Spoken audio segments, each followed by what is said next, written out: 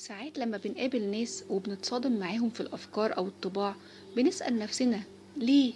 وبنحس إن عندنا إحنا مشكلة، وثقتنا بتبتدي تتهز في نفسنا كتير.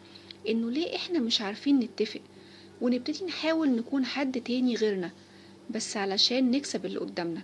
وعلى فكرة دي أكتر حاجة غلط ممكن نقع فيها. ليه ما نقولش إن ده بيحصل عشان انتوا أرواحكم مش متألفة؟ محدش فيكوا غلط على فكرة، ولا عنده مشكلة، ولا عنده حاجة عايزة تتغير. الفكرة كلها إنكم مش منسجمين. ولما تقابل الناس الصح هتلاقي كل حاجة هتطلع بتلقائية من غير ما تفكر، وهتلاقي نفسكم بتقبلوا بعض من غير ما أي حد يعمل أي مجهود. ومفيش سبب على فكرة، لأن كل واحد هنا هيمثل نفسه بس وطبيعته بس. ومن غير ما نفكر أصلا ايه اللي حصل هنلاقي نفسنا بنتلاقى في نقطة واحدة. من الآخر يعني، انت حلو علشان انت. اتقبل نفسك، اتقبل ان مش كل الناس شبهك. ساعات هتقابل اللي شبهك، وساعات هتقابل ناس مش شبهك. صباح التقبل.